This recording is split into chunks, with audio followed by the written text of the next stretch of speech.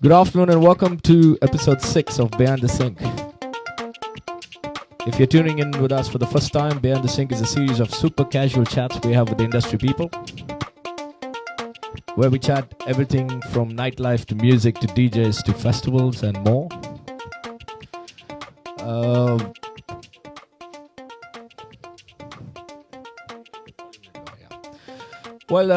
We'd like you guys to participate as well, so feel free to drop us some questions in the comment section as we have this chat.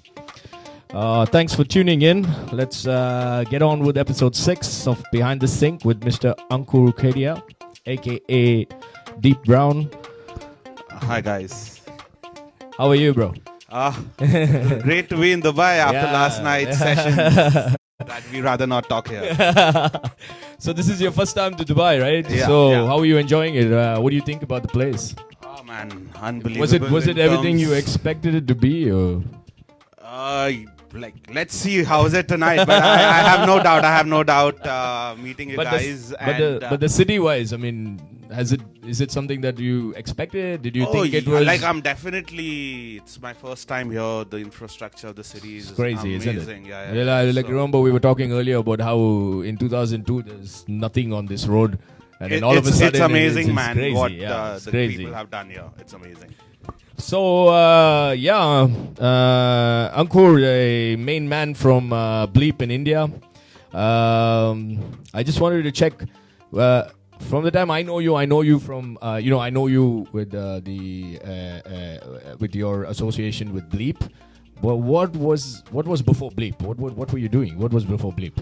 So I've been DJing for like 12, 13 years now. That's how I got into the industry, and I still live in Calcutta, and so like around 7, 8 years back, just the regular thing, struggling to get gigs here and there. So I'm like, okay, let's just throw my own parties in my city. Did you throw parties on a different name before? I mean, different company brand before, or was Bleep the first? No. So earlier when I started the first 2-3 years, we were just throwing parties without any company behind it.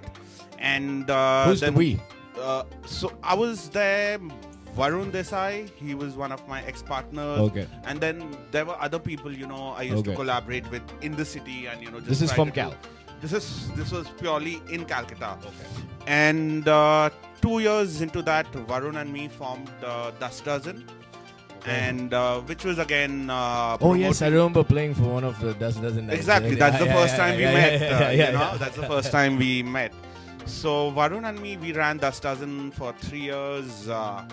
We did some amazing gigs in Cal. Got to bring down more than 50 DJs to Calcutta for their first time in 3 years. So that was quite nice. Yeah, and that the one thing led to the other, and it was time for me to move out of Cal and go expand. Yeah, go nationwide, which is when I started Bleep. And Bleep. Bleep's now 5 years? No man, Bleep is 3 years. 3 years. Dust Dozen before that was 3 years. Okay. And just 2 years without any company. So 8 years in this in the promoting game. Nice. And you were saying that, I know about your DJing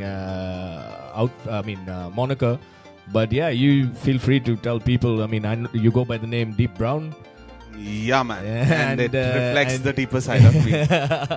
And any styles that you're particularly interested in, or do you have sub? In general, I think I've really, really stopped thinking about genres. It's more about the vibe. In general, the vibe of music that I play is a little interactive, soulful. Yeah. Not necessarily happy. It could go dark, it could go intense, it could be chill, but there'll always be that soul, which is always very important for me. Man. So for me, it's just that, I could do anything from house, disco, breaks, techno, acid. I just, in fact, this morning or last night, I saw this video where you got to play a 3 hours set in magnetic fields. Is it? How was that? Oh, yeah, man. That was incredible, kind of a last minute thing. Yeah. The guys decided to do a small, it was called the Cosmic Disco Bar. Okay. A small Does this happen every year? No, man. This was the first time. Everything was just planned like last moment. It was supposed to be a surprise thing. Yeah, because I don't remember anybody talking about the Cosmic Disco last year. I thought even this year, before the festival, until people were there, like even on day one, most people didn't know that existed. Yeah. Because the festival is so huge in a big area. On day two, eventually people realized, hearing from some friends, that there was this. So you played day 1 or day 2? I played day 1, man. Day 1, yeah. The video looked awesome. So. The video was awesome. It was a small tent for 50 people. Great vibe. Yeah. So, coming back to Bleep, what would you, if somebody says, what is Bleep as a, is it a brand, is it an agency, is it an event company? What would you like to identify Bleep as? Eventually I'd like to identify Bleep as a taste maker, promoting and pushing certain style of electronic music within certain aesthetics. Yeah, and we do international tours. We get down some artists. I was going to get into that a little bit. And obviously we have our own roster of you, Cindy Curate, and myself. And man, it's a small agency, but quite happy with how it's turned out. It's awesome. But the reason I asked you that is because you're doing pretty much everything. You got an agency where you got some DJs, and then you're booking international acts. You are curating some festivals, nightlife. So I just wanted to know if there's if somebody was to look up, I mean, like, what would you refer Bleep to? Because you can't say agency, because agency just means you could be just a DJ agency. So I was just looking at it. It's taste just makers, a taste man. maker. Yeah, it kind of works. Yeah. Taste makers. So, in the last 3 years of Bleep, the agency has been around for like 1 year or 1.5 years? Agency has been for like 2 years. The domestic roster has been for 2 years. Almost 2 years, 1.5, almost 2 years. Yeah. And so I wanted to pick on your brain about DJ agencies in India. Right. Okay. I know there's been a few agencies around for a while. But I could be wrong, and this is where I want to pick your brain on it. Is I still feel in India the whole concept of promoters working with agencies is still not yet there, right? As in the sense that they don't directly go to the agency first. It's not their first thing to do. They'll first hit up the artist and say, "Hey man, I want to book you," and then they are like, "No, hit up the agency." You know what I mean? It's that's just Indian mentality, man. It's like, I know him. Why the fuck do I contact? Yeah. But things are changing. You think it's absolutely. Yeah, it's definitely. Now there's a lot more openness to. I mean, people are directly hitting. For example, if they think of. I don't know, let's say they think of Pramod, Cindy Curate. Yeah. Do they know that, hey, we have to hit up Bleep? Is that slowly coming to that? Like how in the rest of the world we look at, so hey, I want to book so-and-so. And then we are like, okay, which agency is he? And then, it's a standard thing. Yeah, I mean, you cannot compare it to an international agency because, say for what happens, say person B wants to book Pramod, wants to book Cindy Curate. And if he knows him, naturally, just in his mind, he will definitely send a message to him before even contacting us. Yeah. Or he may just send a message to him and then Pramod will be like, okay, you got to contact him. Yeah. But internationally, obviously, the artists are course. not accessible. Of course. Then it's a completely different thing. No, one of the main other things is, like, for example, I'll tell you from personal experience, is that when people hit up, some of them are like, man, we don't want to deal with an agency, we'd rather deal with you. Why is that? It's just that. Yeah, because again, I think I guess it all depends on how you deal with people and the way you financial implication. They think that if I just cut the agency and I go to the artist directly, it just makes my life easier. So I mean, that's just leading me to my next question. Right. Like, how important for you is you feel that the artists have to be represented by an agency? I mean, I don't think it's really, really necessary. I really think an artist should sign up with an agency once he's reached a certain place in his career where the numbers are good enough for it to make sense for both parties. Yeah, I'm assuming that it's that state. I'm not saying I know what you mean. I'm not saying that I'm saying assuming an artist has hit that place where he's getting the bookings, he's saying, I know some artists are like, nah, man, I'll just do it on my own. But do you think it's important for him to cross the hurdle in his career? I mean, the next step to his career by being with an agency? So, I mean, I don't think it's necessary that way. Obviously, if that artist has a good option and a comfort level with an agency, then he should definitely go for it. But in case he doesn't have options, or the options that are available just don't work for him, then I don't think it's completely necessary, because end of the day, just signing up with an agency doesn't help. If there are 20 other artists in the agency who are doing the same thing, there'll be competition within the agency. So at that point of time, the artist is better off himself, because he'll hustle, he'll do things for himself.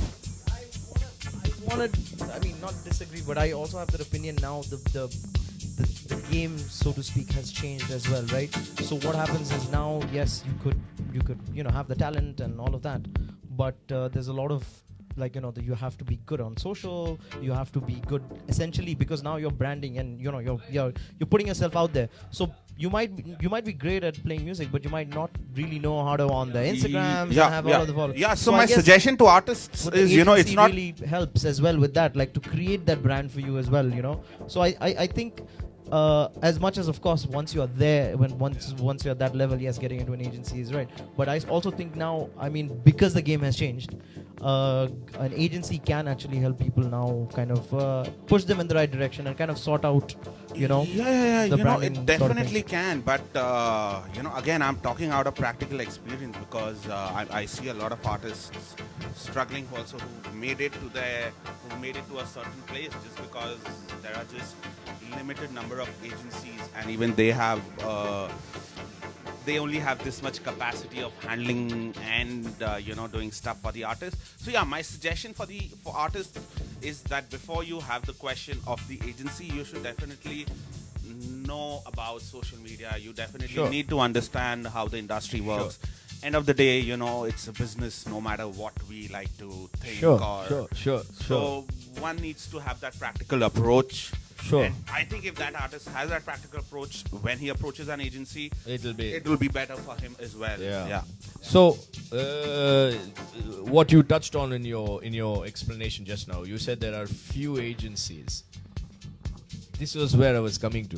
Why is there few agencies? There are so many artists. Why can't there be more agencies? Because is that because the what is the word I'm looking for? The need for artists within India is not so big, meaning everybody is just resident DJs and there's no much scope for slots where they have to deal with the agency. Is that the reason? Why is there? No, man. I just think that being an artist manager is kind of a thankful job.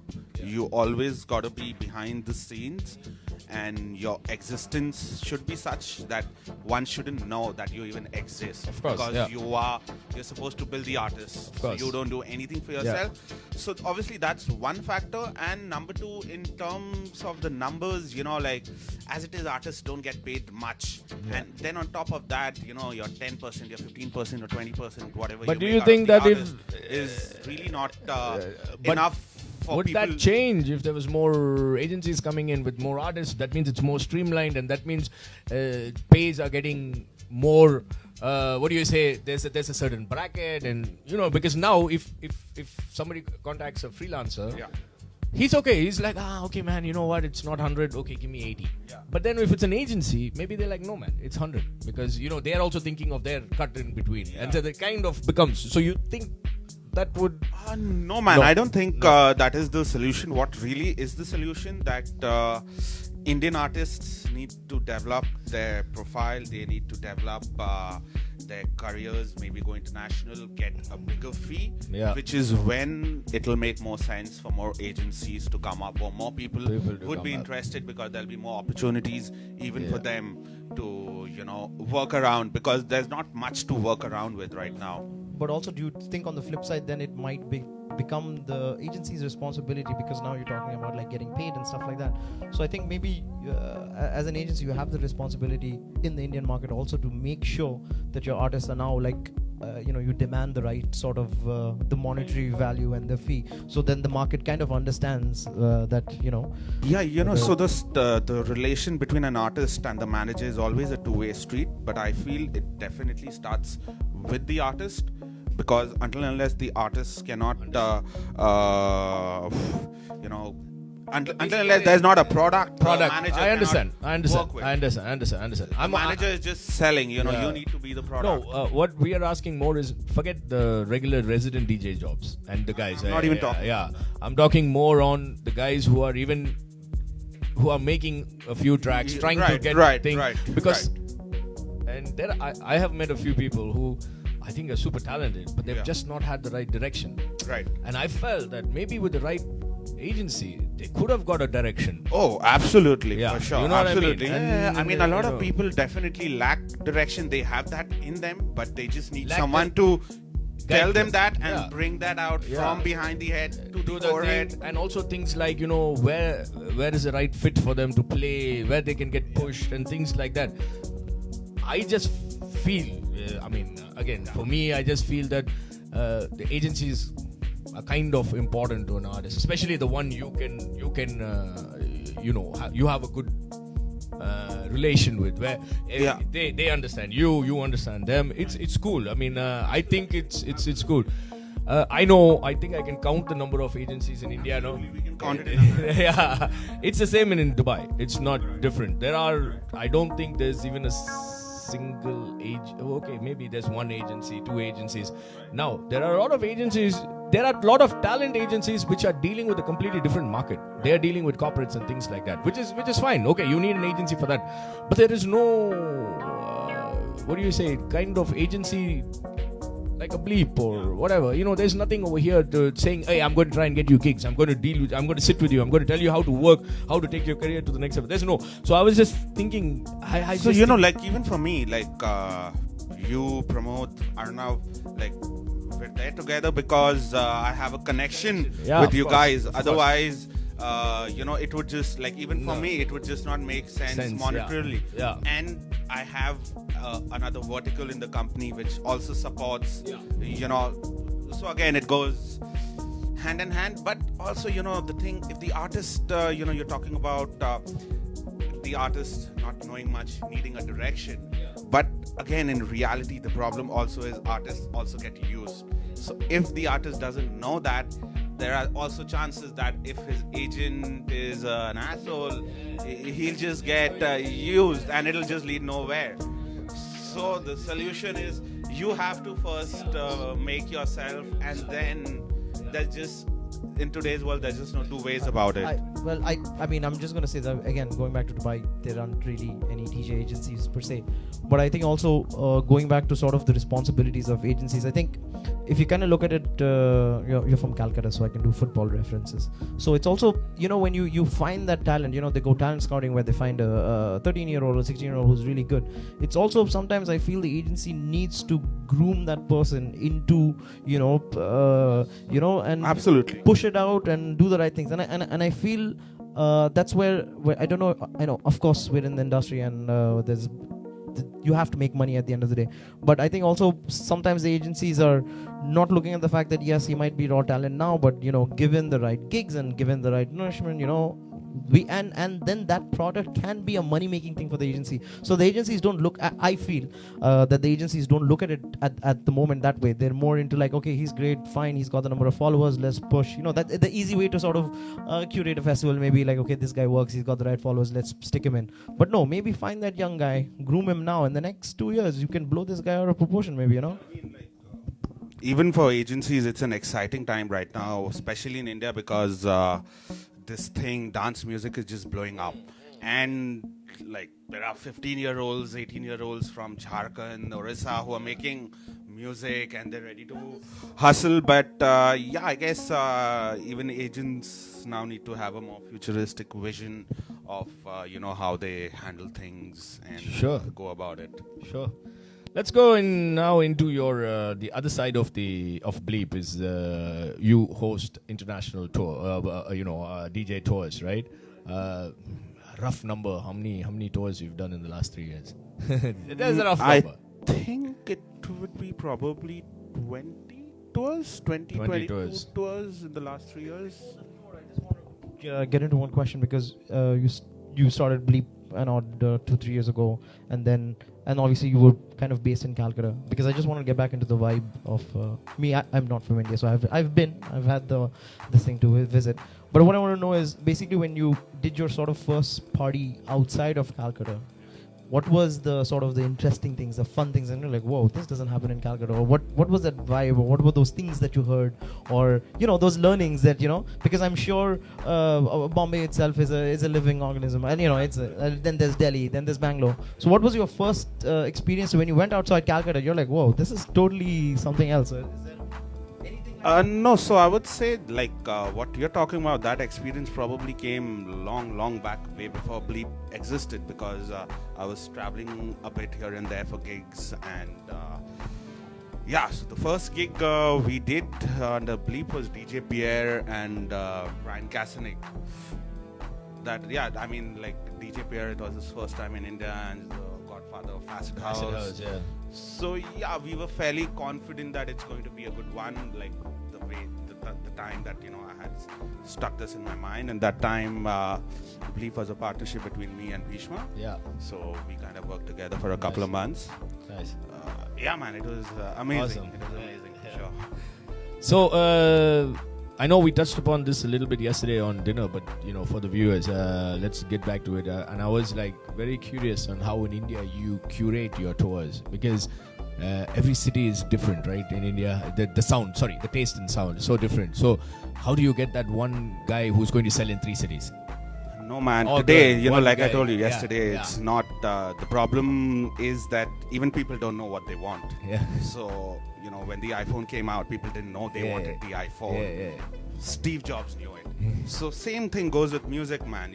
There is always so much common between all the cities. Okay. And the way I look at bookings is that electronic music is a huge Spectrum. landscape with so many different textures and flavors of. Yeah. And I'd like to represent or educate about the entire, obviously no one can cover it all. Sure. But at least go step by step Sure. on educating. So like the first booking that we did, DJ Pierre, old school guy, and then Brian Kasanik, a newer guy. Yeah. Has no relation. But I like that. Who's been the best booking for you, and which has been the best booking with the public from your thoughts? Right. So I think for me the best bookings were in the techno space, Vata Igarashi, Yeah.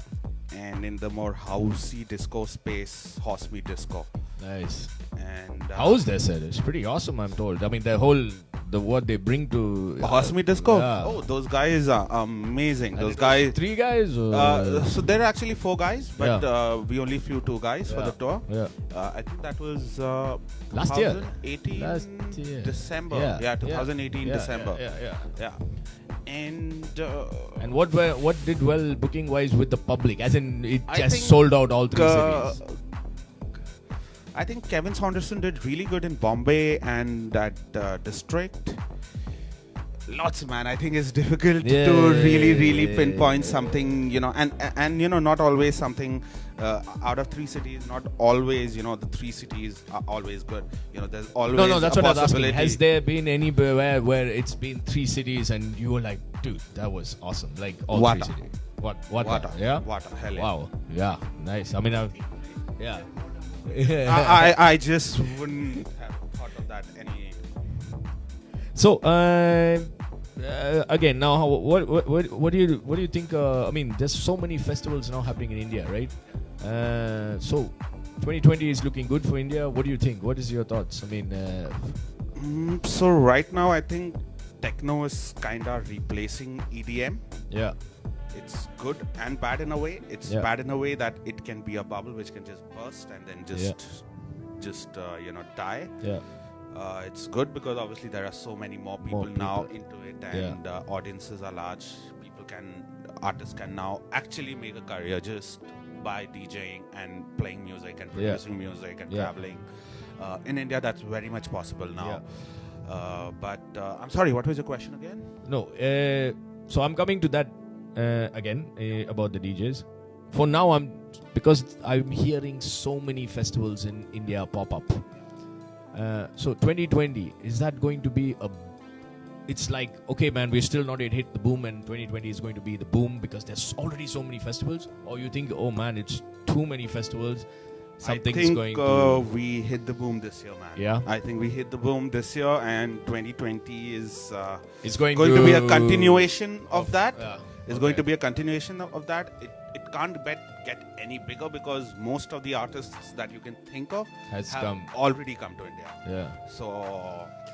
But yeah, it's going to be an interesting year for sure. And you think since the big players have already come artist-wise, you think now it's going to open doors for a lot more niche players? Or oh yeah, it is. Yeah, it is for sure. So now, since the festivals have peaked sort of in India, I think it'll be also great because the big names have come down. So now I think for the guys who are creating for these festivals and the festival guys now have to seriously up the festival game, in the sense that now it's not the question of just putting in some headliners and you're done. Yeah. Now everybody's got the headliners. Now what are the festivals really giving you back?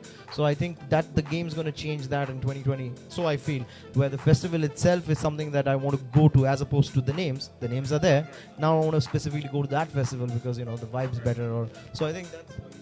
Yeah, so in terms of festivals and headliners, like obviously a lot of festivals are already in a good spot where they are selling out. Yeah. And their brand has reached a certain value where they're always selling out. So over there, it's interesting because they're selling out, so they don't have that risk. They don't have that thing of just having to put the bigger headliners, so they can keep a balance. And you think the promoters are going to do this and not just go to the age-old, let's put some big names? No, man. No. So this year, even at Magnetic Fields, most unluckily they had 2-3 cancellations, which were their headliners. Okay.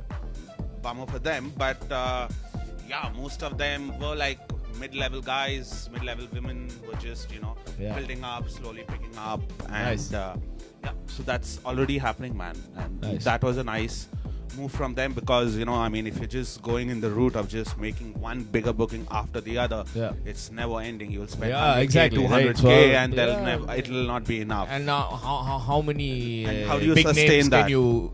that's it. After a point, it's finished. So I was just hoping that now that it's exploded, like you said, people start now digging, as they say, digging That's already deeper. happening. That has happened this year. Nice, for sure. nice. That's happened this year. My second last question is: there are so many events happening in India. Do you feel that the Indian DJs are all getting? What do you say? They have enough business within India, or you think the market is opened out, and so has been also a lot of new DJs, so it's kind of saturating the market? What is your... No, there's obviously enough business within India for DJs to make a living out of. But that would be a foolish thing for them to completely just rely on that, because after 2 years, even that Indian audience is going to get bored. You're going to get bored. Even you need to, go travel, do stuff outside India, and just spread what you do. Sure. Anyway, so last question. We're going to touch on this, and then if there's anything you need to ask Ankur, or if you need to ask us, my last question would be: what are Bleep's plans for 2020? Bleep's plan for 2020 is to not do a lot, but do limited, more experiential based things. So now I'm putting more effort and more work into the little details of the tours and the gigs we curate. We're trying to set up monthly nights in different cities for different... I believe you're already running one now. So we're running one in Calcutta at Phoenix called One Night in a Disco, which is a more house disco based thing. We want to eventually start something on the more techno space, couple that with some interesting light installations. Nice. And so that's on the pipeline, and just a couple of tours, and when I'm playing. here and Super. there. Yeah. Super, man. So all the best for Thank Bleep. you. All the best Thank to you. Deep Brown. Thank you.